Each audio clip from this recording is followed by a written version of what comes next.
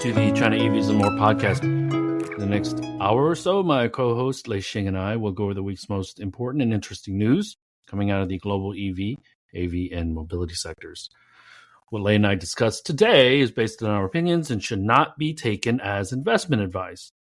For those that are new to the show, welcome. To our loyal listeners and viewers, welcome back. We ask that you smash those subscribe and like buttons so you don't miss anything from us in the future.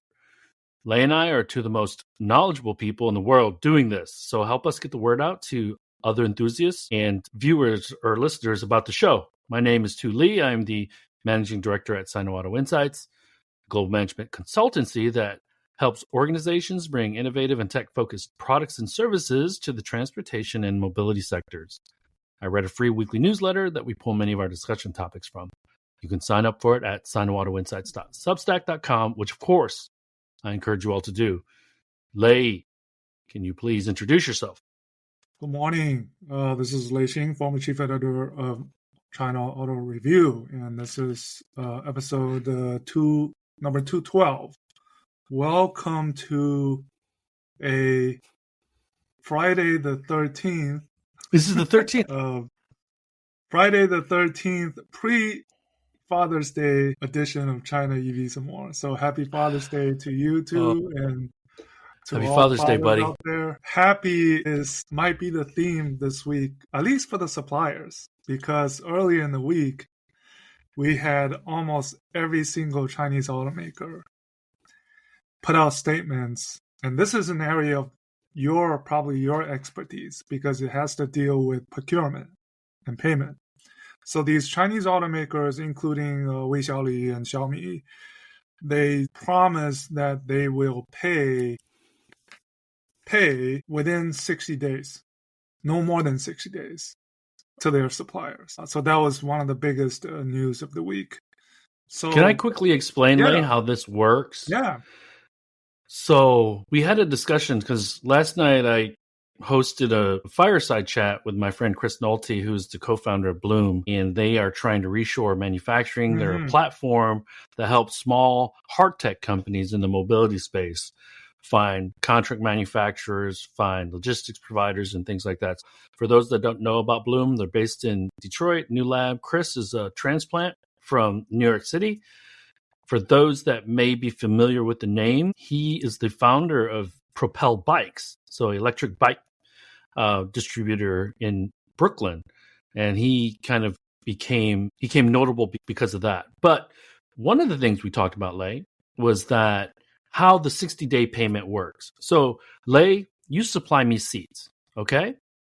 I produce a car that uses your seats every day. Let's say 50 a day, okay? So every day you're shipping me 50 seats. Mm-hmm. And then you send me a bill. So you're out the cost of labor and the parts for those seats. And so you're actually loaning me money effectively.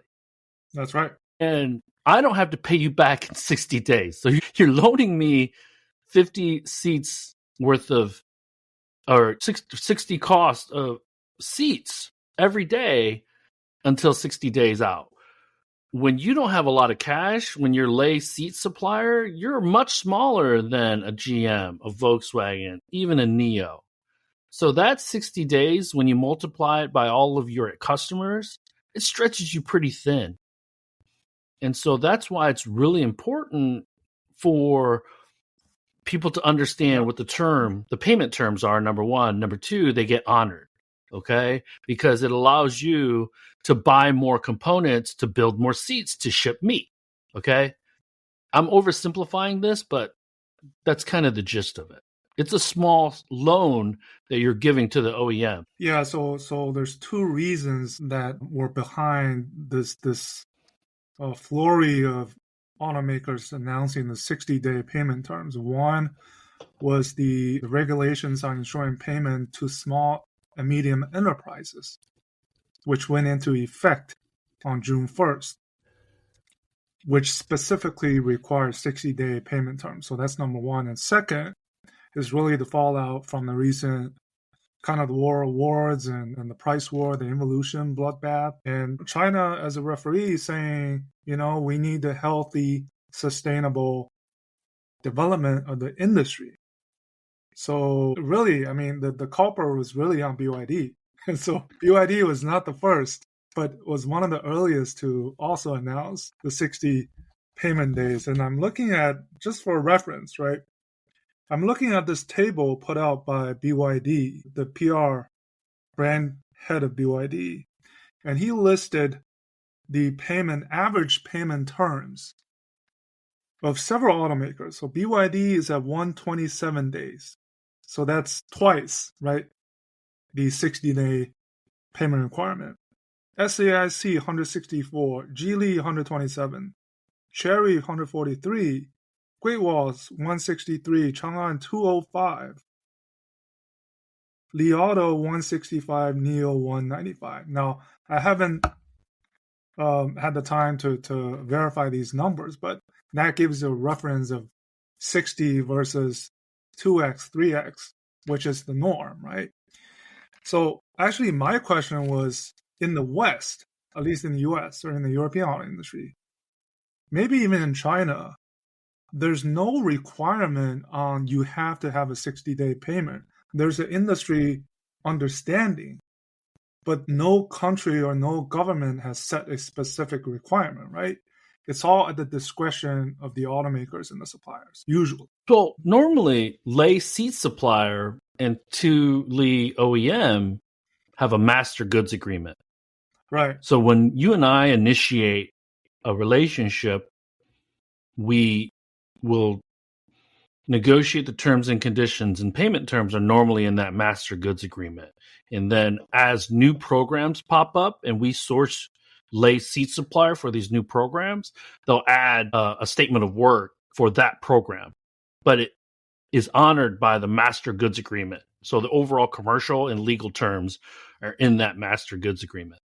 Okay? So the commercial terms are normally something that the purchasing person and the salesperson, they negotiate. And then the legal terms, with regards to indemnification and things like that, that's when the lawyers really get involved. Okay. Sure. And the standard is net 30. And Right. so, but you can play with other things, Lei, where it says, Yep. Go ahead. No, go ahead. I was saying this is exactly where more questions arrive than answers. Probably where you're going to say it. So there are some levers. So I can say, I can give you net 30 terms. Okay? So you send me an invoice and within 30 days, I'm supposed to pay it. And then, so there's dates. Dates Yep. can be Yep. That's postmarked. The other, go ahead. No, that's exactly where the question come out, is because when does the 60 days start? Does it start when you receive the invoice? Does it start when you receive the goods? Right? These are things that were not explicitly stated. And these are rooms. It's technically, it should be on the invoice date. Invoice, right. But so if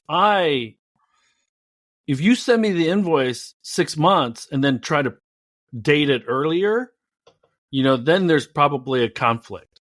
But if you send it promptly and you stamp it a certain date, and it's, the terms and conditions are obviously not for the 99.9 times things are fine. Mm-hmm. It's for that one time in a million where things aren't.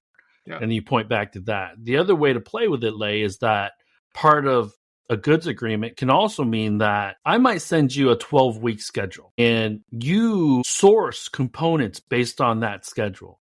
So week 1, so the current week is always week 1. And you know that I'm building models that use your seat. So you know to plan to buy components and then ship those components, right? So there's a planning schedule and there's a weekly manufacturing schedule. So you know exactly when to ship them, what date and what time. But part of that negotiation is anything outside of 30 days, anything outside of 60 days, I can cancel and I won't be held liable. So you're sourcing based on a planning schedule. And if I change week 4 or week 5 and you've already sourced it, and I have a 30-day window that says anything outside of 30 days, I can cancel, I can change. And you have to have that flexibility to support anything outside of 30 days, because I'm still going to hold you responsible if I change my schedule. And then that's where things come in, because a lot of these suppliers, they end up never receiving payment. That's one of the things. And the second thing that was talked about quite significantly is when you say payment within 60 days, what does that payment mean? One of the things that China does in the industry is the acceptance bill, right? The commercial or the bank acceptance bill, which is used prominently. And there's only two of the automakers, SAIC and BAIC Group, in their statements specifically said they will not use the acceptance bills as payment. So is that like an IOU? Sorry? Is that like an IOU, or? It's like it's either bank issued or commercially issued, like a promise to pay, basically. Okay. It's not cash. So that was one of the things. And then what happens to the supplier upstream? When you promise to pay your supplier, does that supplier promise to pay, right? It's like a link. So the host of questions have come out. I think it's only the beginning of it was like FOMO, right? If SAIC, if BYD is doing it, I'm not announcing I'm the bad guy, so I have to announce it. It felt like that. Yeah, right? It creates like peer pressure. Yeah, FOMO or peer pressure. Yeah, and the reason it's important that you brought that up, the tier 2 through tier 5, is that if Lay's seat supplier is not getting payment, then he can't pay, or you can't pay down the line, because you don't have that credit and you don't have that cash. So it strains the whole system. And one of the ways that OEMs kind of play with things is that I might ask you, Lay, because I'm not telling you this, but I want my numbers to look good at the end of the month, end of the quarter. I want a big cash position. Okay. So I might hold off on payment for X number of days extra outside of the net 30, just to show on the balance sheet that I have a higher cash position. Although it'll show up in accounts payable, but it's just accounting tricks a little bit that the street knows about, but the CFO or the accountants will still play that game. Stay with us. We'll be right back. Should I be excited or afraid of AI? The answer is yes. It's both. Things are going to look so different in the next couple years. You will not be ready for the disruptions that are going to come. I'm Jeff Nielsen, host of Digital Disruption, the go-to podcast for technology leaders. Our generation's conflict, I think, is going to be emotional, not economic. The companies that are going to win are the ones that have a couple of characteristics. Stay ahead of the curve with Digital Disruption. Available now on your favorite podcast platform. Yeah. And so here we are. I think this year so far, we're almost at mid-year. So two major, I think, events that will mark this year is earlier in the year, we talked about this, right? The kind of the clampdown on smart driving, or more careful use of jargons because of that Xiaomi accident. And two, the 60-day payment terms, to try to show that we want to go into the direction of healthy and sustainable development, rather than just price war, evolution. That's do a lot to the price war. Yeah. Okay. And the reality is that suppliers are much, much smaller than the OEMs. And so they're held hostage a bit, because if I don't pay you, if my terms are net 30 and I pay you in 60 days, what are you going to do, Lay? Are you going to stop shipping to me? Sometimes it gets to that extreme, but the OEMs normally know how thinly stretched you are, Lay, because they do due diligence to understand Lay's seat supplier, 70% of his capacity is dedicated to my programs. So that's when I know I have complete leverage over you. Because if I cut all my programs, that 30% capacity that you have for other customers, it's not sustainable for you to be an ongoing concern. Now, so when I worked at GM, an old timer that I love, John Ozinski. You still remember the name. All right. Oh, yeah. So first week he told me, and we were talking about suppliers. How should I deal with suppliers? How should I talk to suppliers? He's like, look, GM needs healthy suppliers. So I want suppliers to get paid. And he's like, I want them to be making money. I just don't want them to make money on me. That's what he said. So that's the attitude of, and that's old school, that's years ago, but I can't imagine the sourcing teams have changed attitude that much over that time period. So, yeah. And then the other side of this was the MIT put out a statement saying they will start randomly inspecting products this year because of the reason. All this is to tell investors, to tell customers, to build confidence in the system. That's what this is trying to do. Yeah. What's different in this situation is that the reassurances are coming from, the accusations are coming from inside the house, from other Chinese OEMs, from suppliers. In the past, it used to be foreign media, foreign analysts. So last weekend, basically, the gloves were off between the heads of PRs of Geely, BYD, and stemming from the Great Wall Motor, Jack Wei's comments. So the gloves were off at this conference, at the Chongqing conference. I don't know whether you saw clips of it. That Geely, openly in that conference, shamed BYD for that fuel tank. I saw that. I didn't read too much into it, but tell us a little bit about it. So hold on. Let me stop you there. What happened in Chongqing? What event was in Chongqing? Chongqing is the annual Chongqing conference organized by the CCPIT Auto. Which is a very, very important conference annually. Yeah, and then so these, they were talking about, basically has a PR or VP of PR from Geely and then BYD. They were openly talking about, we don't participate in the involution. We participate in the technology upgrade. And we don't shame on others. We don't step on others. And then, right, you have these worlds. They're trying to take the high road.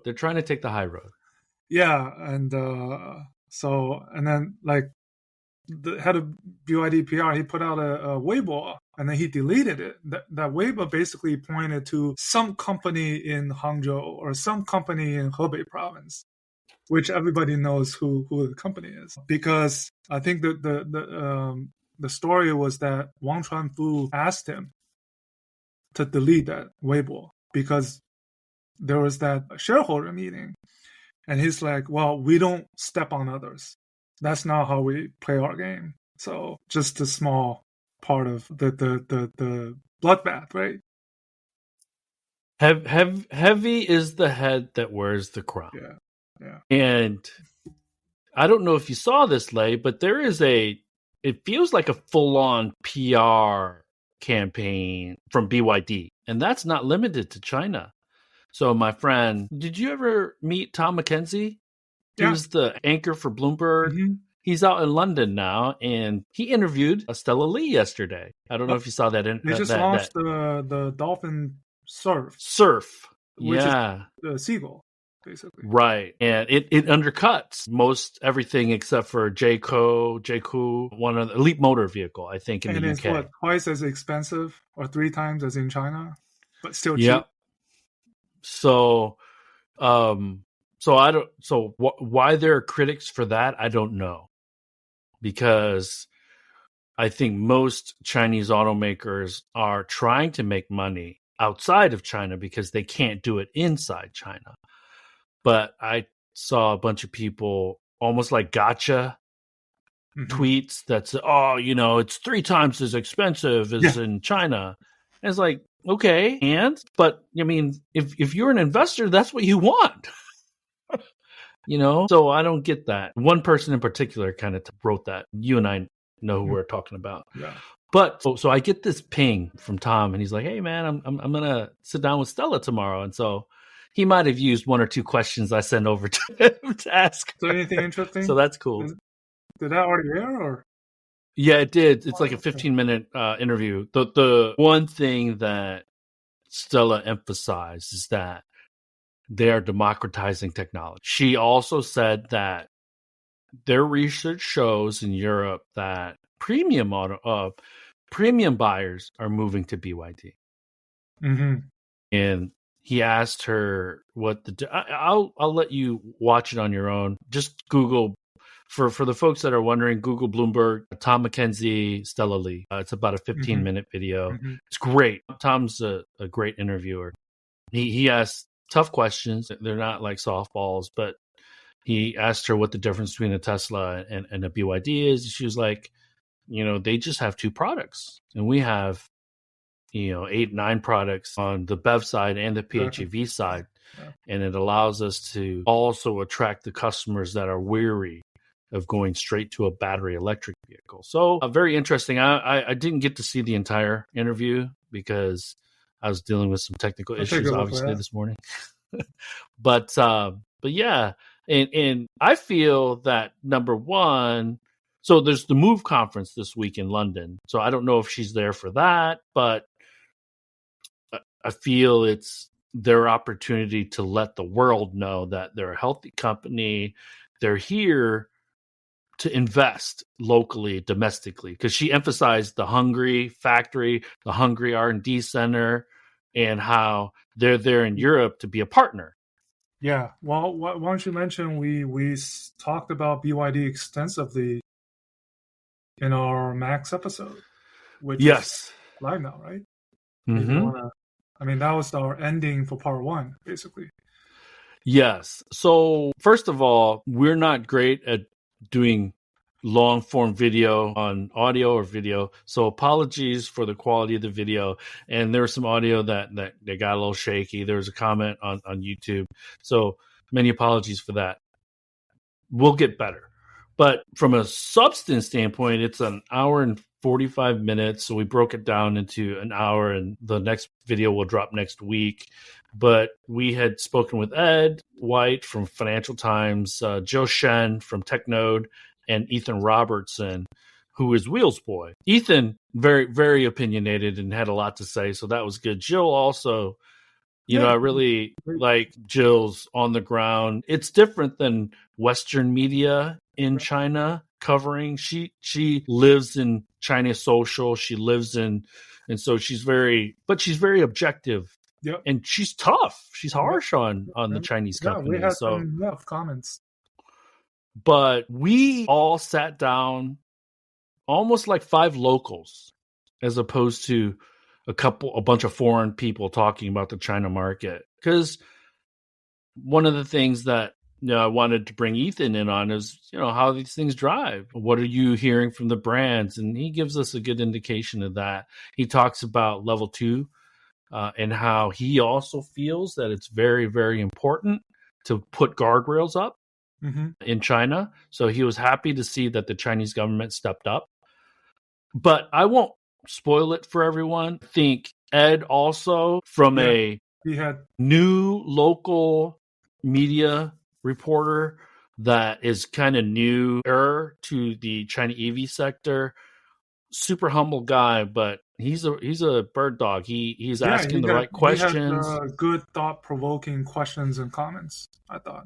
Yeah, from his perspective. So first of all, thank you to all of them for joining us, number one. And we talked about this when we recorded it, but thank you to NIO, because we did it at a NIO house in Shanghai, in Jing'an a Jing'an Temple. So I called it Jing'an District. It's actually Jing'an Temple District. I invite so the video on YouTube and the audio podcast is up. Comments, questions, criticisms, constructive criticisms are always welcome. If you're complaining about how I look or the video, I'm sorry. I'm not sure I could do anything about how I look, but the substance is there for sure. Yeah. And great. One of the things that I think is important that we kind of talk about, because it's really become a Western thing now, the whole involution. And what I want to emphasize is that it's not the EV sector that's likely going to blow up in the next few years. If anything does implode, it's going to be the ICE side. Because we talk about overcapacity, demand fell off a cliff over the last 4 or 5 years. So we know for a fact, Lei, you and I do, that there is overcapacity in the ICE side. Now, I haven't heard, and maybe you can shed some light on the China side, Chinese social media side. Have you heard of any factories being closed on the ICE side? I have not. No, I have not. But it reminds me of the numbers that I kind of tweeted, that the export numbers, I think it was about 500,000, if I'm remembering correctly. So 500,000, and then roughly 200,000 were NEVs. So there's still a bigger portion exported are ICEVs, although NEV is growing at a much faster pace. But right, where do you find the pressure release? It's also through export. And we should also emphasize that Russia and Mexico are taking a lot of those ICE vehicles. Yeah. Europe is taking a larger portion of the NEVs. PHEVs are growing much, much more faster than BEVs. Export. Yeah, so it looks like the Europeans are really leaning into PHEVs, which bodes well for Toyota. And companies legacy companies that have leaned into PHEVs. So, man, it's been quite crazy, huh? Like, the world is getting crazy. I mean, just look at what's happening now here in the U.S. There's rare earths. People now know how important magnets are to everything. Yeah. And MOFCOM is kind of like, we've granted approvals for certain applications, but that's that. We have Elon and Trump seem to be amending their relationship, or at least a truce, truce, right? And then there's it's almost like a civil war happening in the U.S. and then outside of the U.S. because of LA. Yeah, because of LA, and there's this military parade tomorrow, coinciding with Trump's birthday. And then Israel bombing Iran. It's just kind of getting crazy. And this is the other crazy part. We're heading into summer. The news cycle is not going to slow down, unfortunately. And the one local thing I think is very notable is that GM announced a $4 billion commitment to, I think, 3 factories. One that I worked at for a while. Yeah. In the U.S. To double down again on ICE vehicles. And then, yep. And at the same time, they're the number 2 EV after Tesla. Is that correct? Yeah. That's kind of the strange thing. And they're going in opposite directions. So Tesla's doing this, GM is doing this, but GM wants to build more ICEs. And then speaking of Tesla, the robotaxi kind of came and went with that little video of, and then Elon promising end of the month that it'll drive. Did you see my tweet? I haven't Did you see my tweet? So I think it was, I don't know, one of the Tesla stands, I won't give him any airtime here. He posted a video of all these robotaxis or Model Ys kind of driving themselves. And he was like, oh, what a momentous occasion. And I screen grabbed that and I tweeted, or I texted, as Baidu, Waymo, Aurora, WeRide, Pony all say, hold my beer. So, because they've been doing that Aurora recently, but everyone else, you and I have been in most of those cabs or those robo-taxis. All of them. So, and I'm talking non-safety driver. We've ridden in a non-safety driver Baidu several times. Driverless. Yeah, driverless. Truly yeah. driverless. Fully driverless. And so the stands can try to make this out to be this momentous occasion, but again, been there, done that. If you're paying attention, we've put videos up for a lot of different companies, Waymo in LA, Waymo in San Francisco. Oh. So this is not this groundbreaking thing that Tesla stands want you to believe. Yep. But I mean, it's still right. End of the month, you supposedly driving from the factory to your home, delivered to your home. Okay, well, we'll see about that. Is that legal? I don't even know if this is legal. That's the thing, like, right? I mean, and who's responsible in case of accident? No, right? No. No, I don't even. I don't even want to get that extreme. What if it causes a traffic jam? What if it just stops? Hopefully, it doesn't. I'm assuming maybe they have a remote driver as backup. Most likely. Most likely. That would be my assumption. Is then they will never tell us if the remote driver had to intervene. Then they can just say 100% success. So, right? Delivered 100% success, no issues, no traffic jams, no whatever. Man, if Tesla could bring out a Model 2, Elon could stay out of social for a few months. I think Tesla would be largely rehabbed, maybe.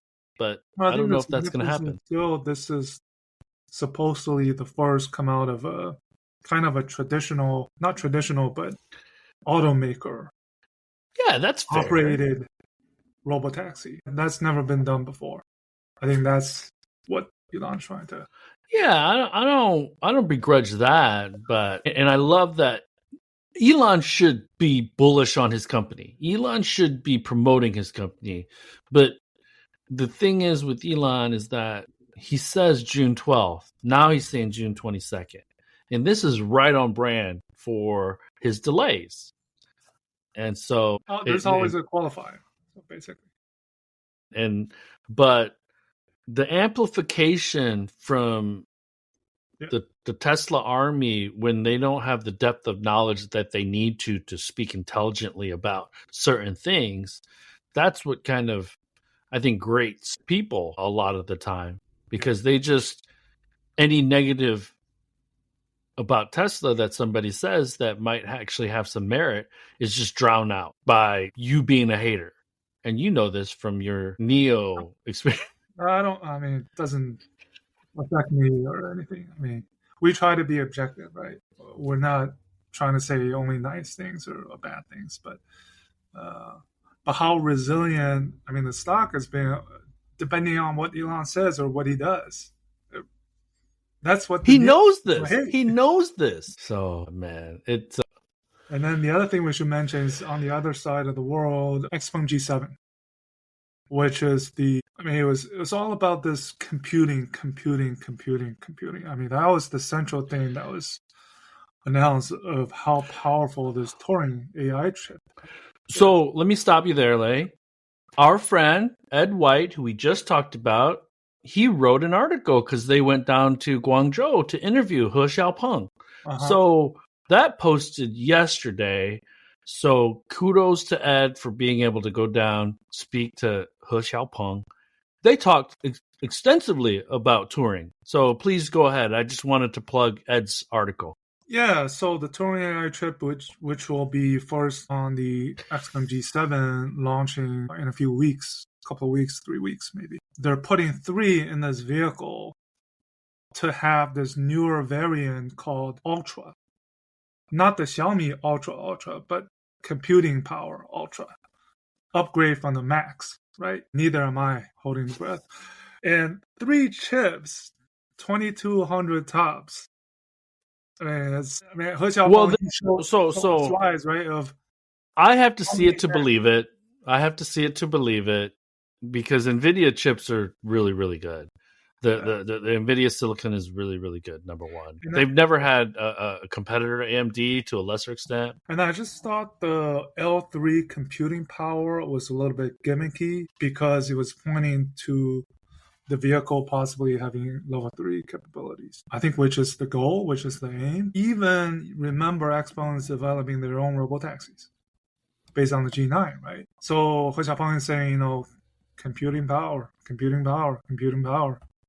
And he also threw out these models, right? VLM, VLA, OL, all these jargons. And then he announced the pre-sale pricing, which we know this game by now, that is going to be significantly lower when it launches, the actual starting price. Because in my mind, the 235 235, 800.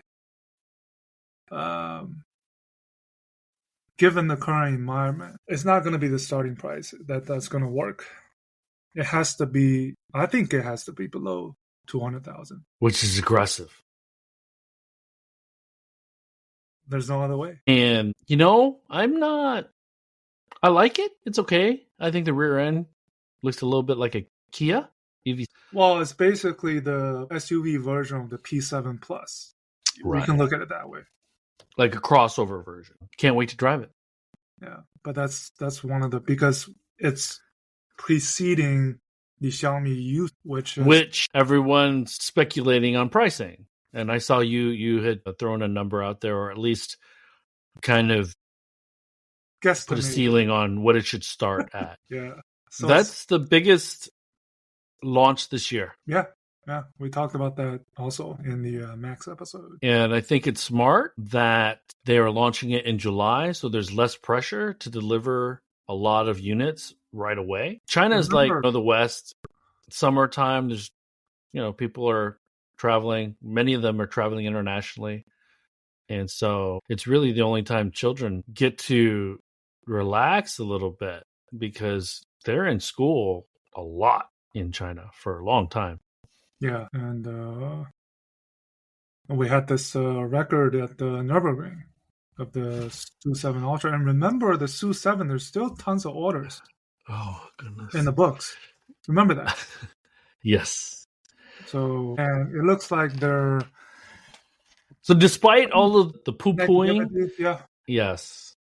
I think it's largely behind them. They can kind of focus on... Adrian's like, we're focusing on the U7 launch. And remember, the SU7 is generally a $35,000 car. So the value that it communicates to consumers is just off the charts. We both know that China is not a sedan country. The one thing, I didn't tweet that much, but I think my tweets this week were pretty notable. So Felix had posted that it beat the Taycan, it beat the Rimac, and then I quote tweeted him, and I wrote something about the dinosaurs will not give this the credit it's due, because if you're a racing enthusiast, this is a holy grail moment, because everyone talks about, because there's straight line speed and then there's speed in a curvy racetrack. And I think Europeans really lean into the American muscle is like straight line speed, but we have all this handling and stuff like that. And so I just said that, these dinosaurs will always have a but, because it happens to be an electric vehicle. And I wanted to emphasize, those people don't like speed. They like nostalgia. They just won't admit it. Yeah. And so, if you like ICE vehicles, cool, man. But don't poo-poo an achievement that happened with an electric vehicle from a company that's 3 years old. So, and Europeans are, I think they're just, what's the right way to say this? Stubborn? No, I think they traditional. Just upset because they used to have this positioning to themselves, Mercedes, BMW, Porsche, but now, the Americans couldn't, with the Chevys and the Corvettes. The Corvette is also world class, but everybody wanted an M5, everybody wants the 911, and they've held that for so long, ever since I was a kid and you were a kid. But now there's this upstart that's like, you know what, dude? Hold my beer. And the U7 is going to perform really well too, I bet. The challenge that I see, Lei, is that I don't know if you saw on social media or a media article where someone was driving a 001 FR and it completely disintegrated. Yeah. And he was still in the seat, so he was safe. But so that turned into a positive PR instead of a negative PR. But here's the thing. I don't care if you buy a Ferrari, Lei, but if you don't know how to drive it, and these people now probably don't know how to handle 2 seconds, 0 to 16 2 seconds. And that's kind of concerning. Hence the tuning camps that Xiaomi and others are putting out. Because traditionally, those types of vehicles have been rich people. And so it's not unusual for BMW and Porsche to have sports training like you're talking about. But when you can get it for $75,000 and it goes 0 to 60 in less than 3 seconds, I don't know if a normal 30-year-old man or woman can handle that kind of power. I mean, maybe they are accidentally pressing the accelerator like that. You know, maybe they do want to test it, but that's why professionals race at that speed, because mere mortals don't know how to handle it. Man, so that's really all I had. I think it was important that you updated and we updated everyone about the involution, about the payment terms. So checkbox on that. A couple of personal things, Lei, this week. I had a good conversation with Bill Bishop, who writes the newsletter Sinocism. We had a live stream on Substack. And so I will link to that in this week's newsletter, which I will press send on in about 2 hours. My son went to the Michigan State basketball camp, summer camp. And so I was in East Lansing for 3.5 days, my old university. And so it was really nice. And unfortunately, you tell me about masks, but it is freaking June and it's cold. It is. It was cold. Only starting to get into the 80s. Finally. So it's not just a Michigan thing. No. Okay. It's unbelievable. Yeah. And I mean, it's good because the kids are playing sports, or at least my youngest. My oldest, unfortunately, broke his collarbone. So but the cool thing, let's just, this is our show. We can talk about whatever we want. Izzo was there almost every day. And so I'd sent my kids or taken my kids to another camp, and the head coach was there on day 1 and day 4, but he wasn't there in between. Izzo had each of his players coach a team. Wow. So my son's team had a player, and so the player gave his team his phone number. And so, like, my son's 11, and he talked every morning almost about why he does the things he does, how he was like, there are type A's, or there are like not shy people, and like dead people. That's what he said. And he said, and one of the things he said yesterday was, I went into the cafeteria. So he walks around all the gyms and he checks to make sure the coaches are coaching and stuff like that. Izzo. Yeah. I got a picture with him. My wife got a picture with him. Harry got a picture with him. So I'll send them to you because, it's just like, he's a legend here locally, obviously. And if you're an NCAA basketball fan, I think you appreciate him. Sure. But, one of the things that I thought was really cool, because, as a parent, your kid is like one ear, out the other. But Izzo was like, look, I saw some kids sitting by themselves looking at their phone, and we play a team sport. No one should be sitting by themselves. And, just kind of talking like, I'm a people person. This is a people business. Because I was a cruel kid. We would not be nice to some kids. I think a few of them deserved it, but some of them didn't. But, it's important because it's different now, Lei, because we didn't have an iPhone. So we had to interact, and those quiet kids, it wasn't as obvious maybe, but now it's like, man, because one of my sons is, my youngest, you know him. Harry's a little quiet guy, and, it's hard to communicate with. Not hard, but more challenging to communicate with him. And then my oldest is much more outgoing, like my wife. But anyways, great experience. And then last night there was that event that I moderated. But go ahead. No. So speaking of sport, I'll be on the road again. Nice. Orlando, Phoenix, basically the next couple of weeks. For the tournament? Yeah, for the tournament. Nice. So, but it won't affect us doing this show but still I'll be on the road, and then hopefully I try out the Waymo from the airport. Oh, nice. Right, Phoenix, they operate that. Are you going to take your daughter to Universal? Did you decide that you're going to do that or no? Well, just one day. Man, great dad. What a great dad. So, anyways, let's do this. There's a few comments. So, SPX, always Thank you.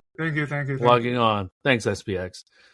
He says, good morning, good evening, or good afternoon, good evening. And let me read this to myself real quick. As tight restrictions on China and high-end chip design and manufacturing capabilities, including but not limited to banning ASML from selling EUV machines and NVIDIA's top AI chips, now how are NIO and XPeng able to not only design but also successfully produce 5-nanometer chip in volume? So I don't know, SPX, if 5-nanometer EUV machines are banned. I should look that up, and I will let you know next week. But also remember that these machines are sold on the gray market as used machines.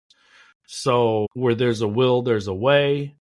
And 5 nanometers is not the most cutting edge anymore. Since you brought up NVIDIA and ASML, you saw probably that the CEO of ASML and Jensen Huang, the CEO of NVIDIA, are lobbying to not restrict sales into China for their products. That's because they also see money being taken out of their pocket because everyone and their mother is trying to design their own silicon. Okay. Now, was that an inevitability? Yes. Has it been pushed forward because of the U.S. restrictions? Perhaps. So, but I don't think that NVIDIA was going to have this dominant share in perpetuity for. It doesn't appear that their path, NIO, XPeng, Li Auto, are affected as of this moment, because we do know that XPeng they still have the Max, which uses the Orin X, and then they have the Ultra, which uses the Turing AI chips. And it looks like NIO is expanding it into, I mean, Li Bin said it, right? They do have plans to expand it into the onboard vehicles. Maybe not so much on the Firefly, but at least the NIO and the onboard vehicles. So the volumes are going to be there, and it looks like it can be supported. So SPX's follow-up question, I think, kind of alludes to what you were just saying, Lei. Yeah. Follow-up question, with the know-how of 5-nanometer process, will it be a feasible new business area for NIO and XPeng to turn around and compete with NVIDIA? So, again, plug for Ed White's article.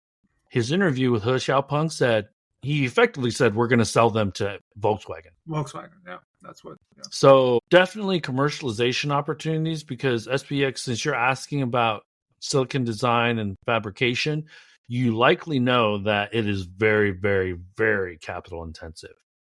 And so for XPeng to only sell a few 100,000 vehicles and put that type of investment into chip design, it would take a lot of cars to recruit, a lot of cars and profitability to recruit that. And so they're trying to amortize that over non-XPeng vehicles. And you had said this earlier, Lei, into robotaxis, into eVTOL, robots. So I mean, he shared this was a 5-year development for the Turing AI chip. And then in 2022, they had to abandon the architecture and start over. So it's hundreds of millions of renminbi that were kind of spent. Oh, that's easy. Right. Easy. I mean, I'm thinking it's billions of renminbi. Billions of renminbi. So Diane says hello. She's also a loyal viewer. I'm not holding my breath on robotaxi. She said that. I think it was nice that GM is number 2 in US CVs. I also think it's very nice, Diane. I also think that GM should build on that momentum as opposed to double down on ICE vehicles. Well, we now have President Trump signing the 3 resolutions, basically getting rid of the ban on the 2035, which involves 11 or 10 other states. So that's out of the way, right? That's gone. So Mike, he asks, how concerned are we with the allegations against BYD's debt? Zero kilometer. We talked about this last week, It's also but an FT article, I think, talked about it. It was like 120 billion over or something RMB. I don't know. I'm not a financial expert, but I'm not that worried at this point. I think it's something that's important to flag that should be monitored. Stella Li, Wang Chuanfu, especially in China, if they have off the books debt that isn't on their balance sheet, then media by all means should investigate. Where BYD is different than everyone else is that they're growing by 20% every year. So I think a certain amount of that debt is justified just because they're in growth mode and are investing heavily back into the company. I don't know, like Lei, I'm not on financial shows talking about buy, sell, and that's not what we do. So please don't take this as investment advice. But I do think if we talk about the concerns of possibly sacrificing quality, because that also has to deal with the kind of the payment terms, pressure on the suppliers. What comes out of this upcoming random inspection? That's something. Can you get into more detail on that random inspection? What do you mean they're going to inspect? Well, the MIT came out with notice saying, in order to ensure, this is again from the fallout of the war of words and about quality, about fuel tank, that they plan to conduct random inspections, quality inspections, products. Random, I mean, you could just, right? Could be anybody. And then based on that, they could, if they find out there's quality issues, they will revoke the product catalogs, which means you can no longer produce the vehicles if they were found to be defective. That's what's happening. And so that's could be BYD, it could be anybody. And that would be huge if, let's say, someone was found liable. And here's the difference that I feel we should communicate. I'd said it earlier. The calls are coming from inside the house. Great Walls, the Geelys, they're pointing fingers. They're effectively calling BYD a bully, and they should be closely monitored or more closely monitored because they're distorting the market. Stella, she came out, and she's a great spokesperson for BYD, by the way. So we can imagine that the Chinese government is really going to have more scrutiny on BYD because it's not coming from foreign investors. It's coming from domestic competitors, which creates and gives much more depth and meaning to potential wrongdoing or the accusations of wrongdoing. I can't point to anything that BYD has done that would be this scandalous thing. But the debt thing that has been pointed out by the FT. Asking your suppliers to reduce prices by 10%, is that scandalous? Right? You said from your perspective, that's kind of normal, right? From a supply relationship. But then you have this executive from the supplier put out a kind of a Weibo and saying, it's too much. And that's completely fine. But remember what I had said about my old colleague. He was like, I want healthy suppliers and I want them to make money. I just don't want them to make money on me. So I promise you, he said that. And that's how we're taught in sourcing, to be like, you know what? We're fighting for pennies here. Because when you're shipping 10 million units, a savings of a penny is really meaningful. And add that up to all the different components. So this is sourcing and negotiations. This is part and parcel of any big companies. And then just seeing the videos of the chairman of Neta or Hozon, you saw that, right? The videos of him at his office, and then the employees protesting and blocking him, and the way he was portrayed, that was such a departure from a CEO, right? How a CEO is usually presented when he speaks it publicly. That was such like, dude. And that is absolutely not what the Chinese government wants. But this goes back to what I said last week. We're starting to see cracks in the foundation because we're in year 4 of the price war, and it is really starting to stress the system. And that's real because we are in year 4, which is unprecedented. I never thought it was going to last this long. Yeah, unprecedented. So anyways, one more question on LinkedIn from Adam Boruswicz. Which Chinese company will have the biggest problem because of low sales in ICEs in China? Well, Adam, GM wrote down $5 billion. Volkswagen. We know that Chevrolet is Volkswagen is struggling mightily. I think he was probably looking for a Chinese player, but there are some state-owned enterprises that are going to struggle, brands that you probably have never heard of. So I'll tell you a few on the NEV side. I think that come to mind, Great Wall Motors Aura and SAIC Motors IM, I think are under immense pressure because they're not selling well. Just a couple of brands, right? So this is important. You and I went to Beijing and Shanghai. Aura is kind of a Beijing company. Didn't see many Auras in Beijing. IM Motors saw a handful in Shanghai. Yeah. Mm-hmm. So when your home city or home province doesn't have many of those vehicles driving around, that's a challenge. I think the benchmark is 10K a month. Anybody that's not doing 10K a month, that's bare minimum. That's bare minimum. I think they're done. It should be, at this point in time, it should be bare minimum 25, 30. Just a year ago, remember at the Beijing Auto Show when Chevrolet launched the new plugins, you were actually kind of positive, right, on those, but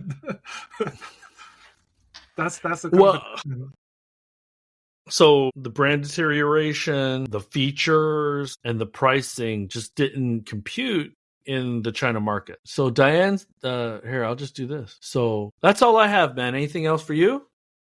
No, I mean, speaking of Rivian, I'm really looking forward to, because they've been putting a lot about the R2 development. I'm actually looking forward to getting, I have one on order. So I'm seriously considering it'll be my next vehicle come this time next year. Well, I got to see a Baby Gravity, man. I need to see a Baby Gravity because I'm a huge fan of both cars. I'm a huge fan of the R1T. I'm a huge fan of the Air. I hopefully get to see the Gravity in person very soon. But I'm rooting for both of those companies because, number one, I think you and I have friends at both companies. Number two, the products are great. Yeah. The products are great. Unfortunately, they're slow. These companies are slow. There's no other way to put it. Yeah. So speaking of Volkswagen, right? At least Volkswagen in China, they just had a few executive shuffles for the Volkswagen brand, some PR people. We don't know until next year, really. I think this year we already talked about it, that it hasn't bottomed, but everything's on next year, I think. For every Volkswagen brand, not just Volkswagen, not just Volkswagen brand, sorry, but Audi, Porsche. Yeah, so there is a lot of hope for the Sportback. Yeah, I just don't know because I like the interior.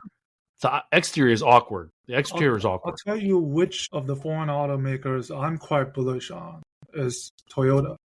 Because Toyota have really said, right, the GAC Toyota, they put in Huawei, Momenta, Xiaomi ecosystem into their latest vehicle. Yep. Right. And they simplified the name of the vehicle. Yeah, and they're launching the extended range versions of the Sienna, I think the Highlander, and their BZ3X, or the BZ3X actually is selling quite well. Yeah, I heard it's doing well. So So good for them. with Huawei, right, with Momenta, I think they're on the right track. Others, I don't know. I mean, others are trying as well. Well, with the Japanese companies, it seems less political because I think if a German or American company would go whole hog on Chinese hardware software in China, it would unfortunately be politicized quite significantly, I believe. But thanks you for the questions and thank you for being part of this live stream. We will talk with you all next week, same time, same place. Yes, sir. Good morning, good afternoon, and good evening. Likewise. Bye-bye. That brings us to the end of this week's show. Lei and I thank you for tuning in. My name is Tu Lee, and you can find me on Twitter at Sino Auto Insight. That's SinoAutoInsight. You can find Lei on Twitter at LeiXing77. That's LEIXING77. If you wouldn't mind rating and or reviewing us on Apple Podcasts, Spotify, or wherever you grab your podcast from, we'd appreciate that as well. Even better, if you enjoy this show, please tell your friends about it. Please join us again next week as we track down all the latest news on China, EVs, and more.